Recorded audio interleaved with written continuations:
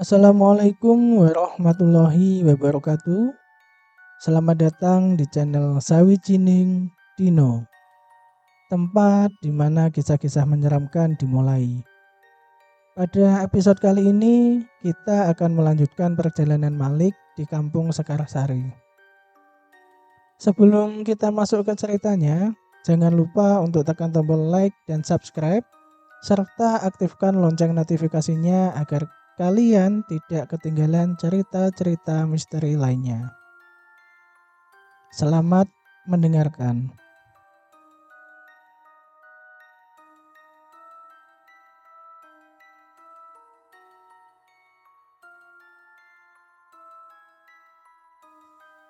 Seharian ini Malik belum juga bertemu dengan Yani. Menurut warga, Yani biasanya keliling kampung atau mungkin berada di jembatan tempat awal mereka bertemu. Tanpa pikir panjang, Malik berinisiatif pergi ke sana. Namun sayangnya wanita itu tidak ada. Perasaan Malik mulai tidak enak. Ada sesuatu yang terasa salah. Ia pun memutuskan kembali ke kampung dan mendatangi rumah Yani. Rumah itu sepi. Assalamualaikum, permisi. Malik berteriak beberapa kali, tapi tidak ada jawaban. Keheningan justru terasa semakin mencekam.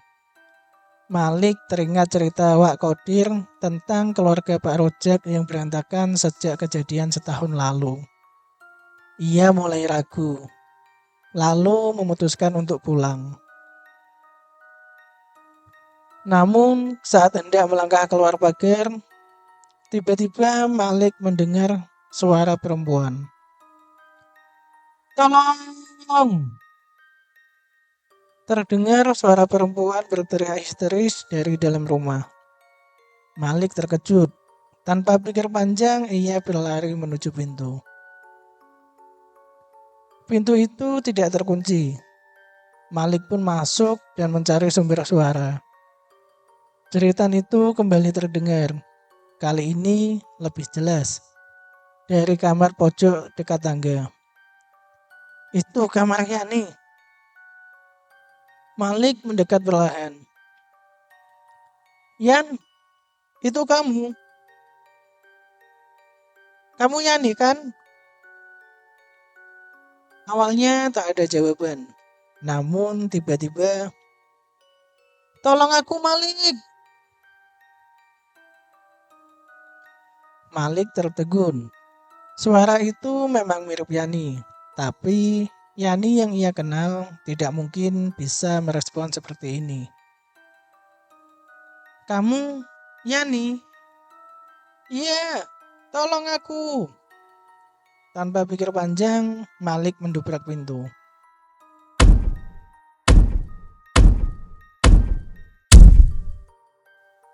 Pintu terbuka dan seketika, astagfirullah.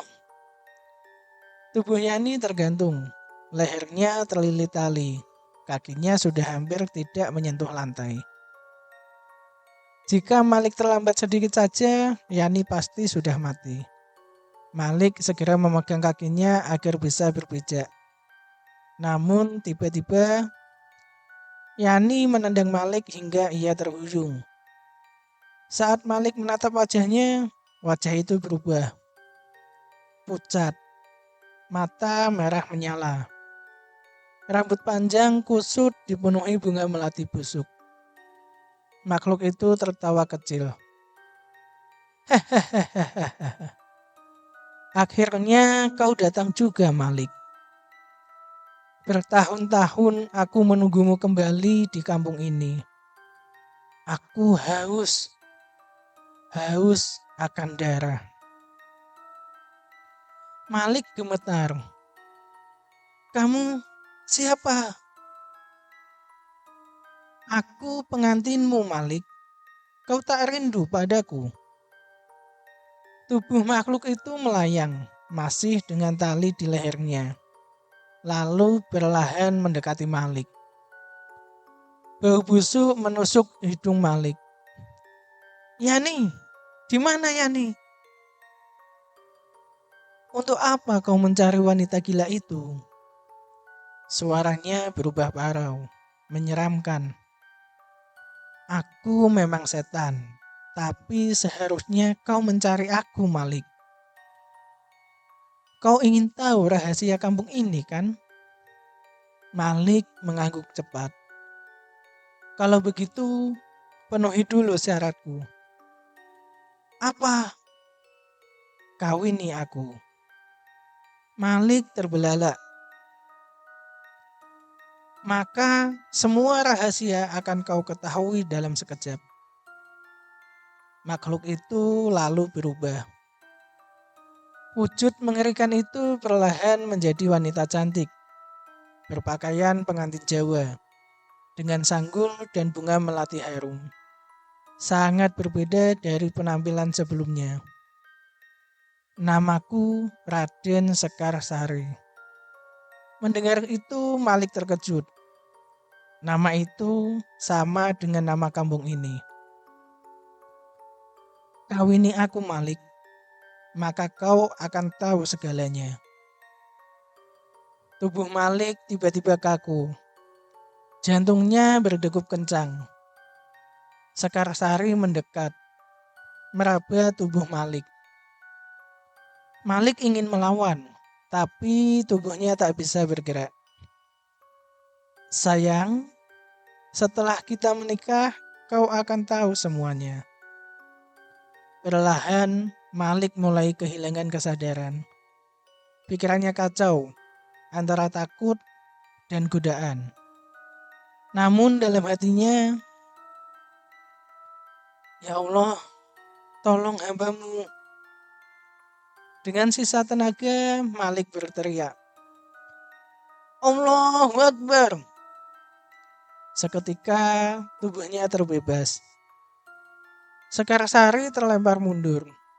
Wujudnya kembali mengerikan. Awas kau Malik, ini baru permulaan. Aku akan terus mengejarmu. Hahaha. Makhluk itu menghilang menjadi asap. Malik langsung berlari keluar rumah dengan panik. Jantungnya masih berdegup kencang setelah kejadian mengerikan barusan. Di depan pagar, ia melihat seseorang berdiri kebingungan. Ternyata itu Yani. Wanita itu celingukan. Lalu saat melihat Malik, Mas Karyo, Mas Karyo, kamu kenapa? Malik terdiam. Tubuhnya masih gemetar. Ia pun tak langsung menjawab. Sementara itu di kota Surabaya, malam hari hujan deras disertai angin kencang menyelimuti kota. Di dalam sebuah rumah tua, seorang nenek bernama Suri perlahan bangun dari tempat tidurnya. Ia merasa ada sesuatu yang aneh. Bayangan melintas di depan jendela. Suri terkejut. Dengan tubuh gemetar, ia keluar kamar menuju dapur untuk mengambil air minum. Namun saat sampai di dapur, lampu tiba-tiba berkedip. Cahaya temaram membuat suasana semakin mencekam. Gelas yang ia pegang terjatuh. Suri mundur perlahan ketakutan. Ia merasa ada sesuatu bergerak cepat di belakangnya. Suri langsung menoleh. Namun tidak ada apa-apa. Siapa? Beberapa hari terakhir, Suri memang sering merasakan hal aneh. Suara tertawa, tangisan, bahkan seperti orang bertengkar. Semua itu sering terdengar dari kamar atas, kamar Malik. Malik, apa kamu melakukan sesuatu di sana? Tiba-tiba, pintu dapur tertutup dengan keras. Suri terkejut dan langsung berlari ke arah pintu. Ia mencoba membukanya, namun tidak bisa. Seolah ada yang mengunci dari luar. Kepanikan mulai menguasainya. Jendela tiba-tiba terbuka sendiri. Tirai berkibar tertiup angin kencang. Petir menyambar. Suri menelan ludah. Ia tahu makhluk itu kembali. Aku tahu kamu ada di sini. Mau apa kamu datang lagi? Beberapa detik hening. Lalu terdengar suara tawa. Menggema di seluruh ruangan. Hahaha. Suri, kau tak rindu padaku? Suri langsung menutup telinganya. Pergi, jangan ganggu aku lagi. Tiba-tiba, crash. Sesuatu mencakar pipi Suri. Ia menjerit kesakitan. Darah mengalir dari wajahnya. Ah! Makhluk itu kini muncul. Seorang wanita berpakaian pengantin Jawa. Cantik namun menyeramkan. Sekar Sari. Makhluk itu tersenyum. Aku senang kau masih mengingatku. Sekar Sari perlahan mendekat, lalu menjambak rambut Suri. Wajahnya tiba-tiba berubah menjadi tua, keriput dengan mata merah menyala. Bau busuk menyengat. Aku hanya ingin bermain denganmu. Suri meringis kesakitan.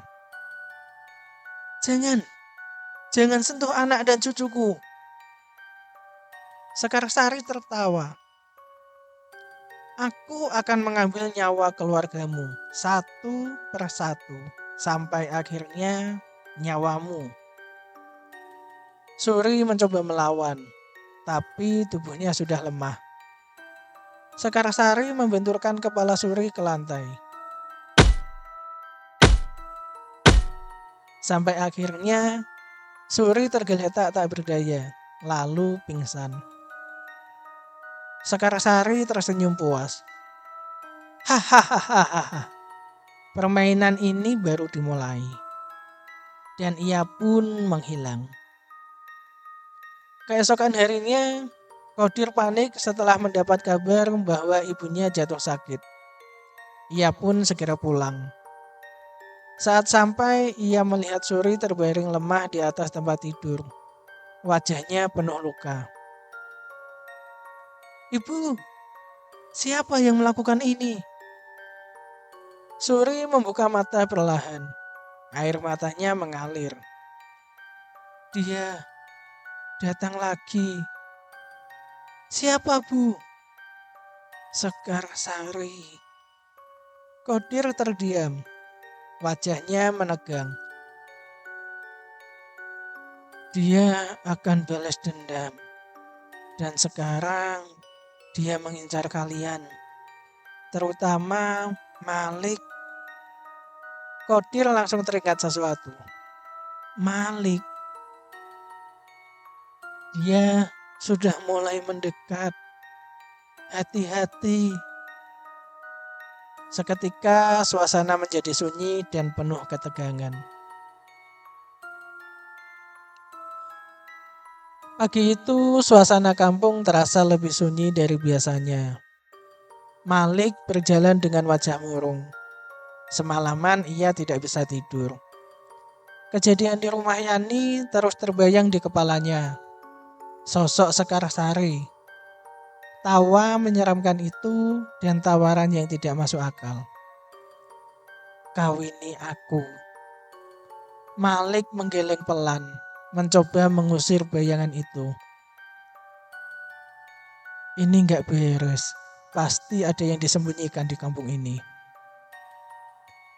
Ia memutuskan untuk mencari Yani lagi. Ada sesuatu yang ingin ia tanyakan. Meski sulit berbicara dengan Yani, Malik punya rencana.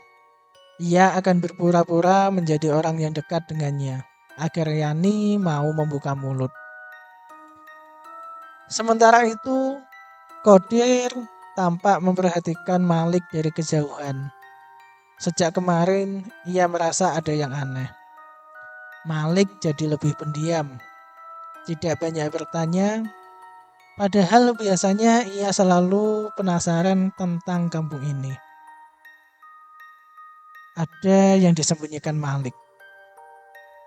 Sudahlah, urusan ibu lebih penting sekarang. Ia pun bergegas pergi menemui Suri lagi. Di sisi lain, Malik kembali ke rumah Pak Rojak. Namun kali ini suasana rumah itu berbeda. Nampak lebih bersih dan rapi.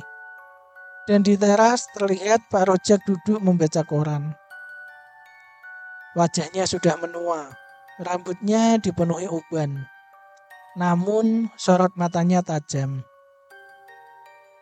Saat melihat Malik berdiri di depan pagar, Rojak langsung berdiri dan mendekat. Kamu lagi? Dari kemarin saya lihat kamu sering sama Yani. Kamu pacarnya ya? Pertanyaan itu membuat Malik gugup. Maaf Pak, saya cuma temannya.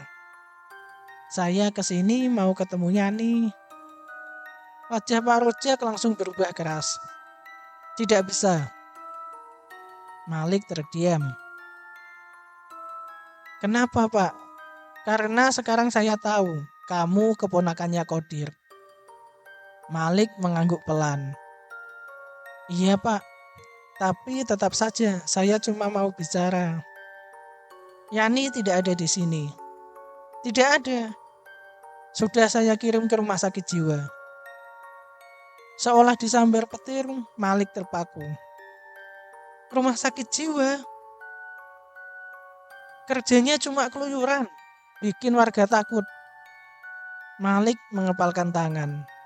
Ia merasa ada yang tidak adil. Kasihan Pak, nanti dia makin tertekan. Rojak langsung tersinggung. Kamu ini siapa? Berani-beraninya menasihati saya. Pergi sana. Malik pun terdiam. Ia tahu tidak ada gunanya melawan. Namun sebelum pergi, ada satu hal yang mengganjal di hatinya. Ia pun menatap Pak Rojak. Pak, apa lagi? Malik menelan ludah. Mas Karyo meninggal bunuh diri atau dibunuh? Wajah Pak Rojak langsung berubah. Matanya terbelalak. Kamu lancang sekali. Itu sudah setahun lalu. Mau jadi detektif? Silahkan. Bongkar sendiri kalau bisa. Malik tidak mundur. Tatapannya tetap tajam. Jadi, bunuh diri atau dibunuh, Pak? Rojak menggebrak pagar dengan keras. Pergi kamu, anak kurang ajar. Malik terlonjak kaget. Pak Rojak langsung masuk ke dalam rumah tanpa menoleh lagi. Malik berdiri terpaku di depan pagar. Nafasnya berat. Reaksi Pak Rojak terlalu berlebihan. Malik semakin yakin ada sesuatu yang disembunyikan dan semuanya berhubungan dengan Sekar Sari. Sementara itu di rumah Suri, Kodir duduk di samping tempat tidur ibunya. Suri masih terlihat lemah.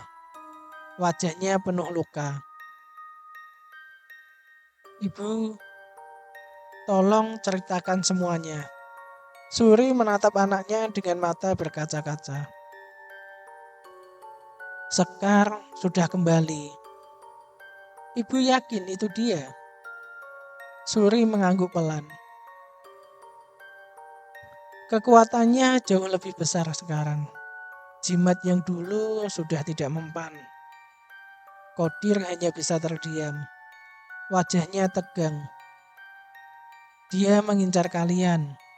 terutama Malik. Kodir langsung mengingat perubahan sikap Malik. Pendiam, sering melamun, seolah menyimpan sesuatu. Malik sebenarnya sudah didatangi dia. Suri terkejut. Apa? Malik bilang melihat Sekarsari dari cermin. Tapi aku kira cuma halusinasi. Suri menggeleng pelan. Bukan, itu pasti dia. Suasana mendadak hening. Angin berhembus pelan dari jendela. Kita sudah tidak punya banyak waktu. Malam mulai turun perlahan di kampung Sekarsari. Langit gelap, angin berhembus dingin, suasana terasa tidak biasa. Malik duduk sendiri di kamar. Lampu redup. Tatapannya kosong menatap cermin di depannya. Bayangan semalam masih membekas. Sekarsari. Suara itu, sentuhan itu terasa begitu nyata. Kenapa aku yang dia incar? Tiba-tiba lampu berkedip. Pintu kamar terbuka sedikit dengan sendirinya. Malik pun langsung menoleh. Siapa? Namun tidak ada jawaban. Dari cermin terlihat sesuatu bergerak. Malik menoleh cepat ke arah cermin dan seketika ia membeku. Di belakangnya, dalam pantulan cermin, berdiri sosok perempuan. Pengantin Jawa. Wajahnya cantik, namun matanya merah menyala. Malik. Malik langsung berdiri menjauh. Jangan dekati aku. Sekarsari tersenyum tipis. Kau tidak bisa lari dariku. Kau sudah terikat denganku sejak lama. Malik terkejut. Apa maksudmu? Sekarsari melangkah pelan. Tapi anehnya, tubuhnya tidak benar-benar menyentuh lantai. Kau ingin tahu kenapa aku memilihmu? Malik diam, tapi matanya tajam. Karena darahmu. Seketika suasana menjadi hening. Jantung Malik berdegup keras. Darahku. Sekarsari tertawa kecil. Kau bukan orang biasa, Malik. Kau bagian dari masa lalu yang terkubur di kampung ini. Malik mundur satu langkah. Bohong. Sekarsari tiba-tiba muncul tepat di depan wajahnya. Sangat dekat. Kalau itu bohong, kenapa semua ini terjadi padamu? Malik terdiam, tidak bisa menjawab. Di saat yang sama di rumah Suri, Kodir sedang duduk termenung. Ia memikirkan semua yang terjadi. Sekarsari kembali. Malik mulai terlibat. Dan masa lalu seolah bangkit kembali. Tiba-tiba Kodir langsung mendekat mendengar panggilan ibunya. Iya bu. Suri menggenggam tangan anaknya. Ada satu hal yang belum kamu tahu. Kodir menatap ibunya serius. Apa itu? Suri menarik nafas panjang, seolah berat untuk diucapkan. Dulu Sekarsari tidak mati sendirian. Kodir terkejut. Maksud ibu? Dia dibunuh. Suasana langsung membeku. Dibunuh? Oleh siapa? Suri menutup mata sesaat. Air matanya mengalir. Oleh warga kampung itu sendiri. Kodir terdiam tak percaya. Dan keluarga kita terlibat di dalamnya. Jantung Kodir seakan berhenti. Kembali ke kamar Malik. Malik masih berhadapan dengan Sekarsari. Pikirannya kacau. Kalau benar kamu dibunuh, kenapa kamu membunuh orang-orang sekarang? Sekarsari tersenyum, tapi kali ini senyum itu penuh kebencian. Aku tidak membunuh. Aku hanya membalas. Matanya berubah merah terang. Satu persatu akan merasakan apa yang aku rasakan dulu. Malik menggertakkan gigi. Termasuk aku. Sekarsari menatap Malik cukup lama. Ia tersenyum lembut. Berbeda dari sebelumnya. Kau berbeda, Malik. Kau bukan targetku. Malik bingung. Lalu, kenapa aku? Sekarsari mendekat, menyentuh dada Malik. Kau kuncinya, Malik. Dalam sekejap, pintu kamar terbuka keras. Angin masuk dengan kencang. Seketika lampu mati. Saat Malik membuka mata, Sekarsari sudah tidak ada. Malik berdiri terpaku. Kata-kata itu terus terngiang. Kau kuncinya, Malik. Apa maksudnya? Apa hubungan dirinya dengan semua ini? Dan apa sebenarnya yang terjadi di masa lalu kampung itu? Lalu bagaimana kisah selanjutnya? Ikuti terus cerita misteri yang penuh teror ini. Misteri Kampung Pengantin akan berlanjut di episode berikutnya.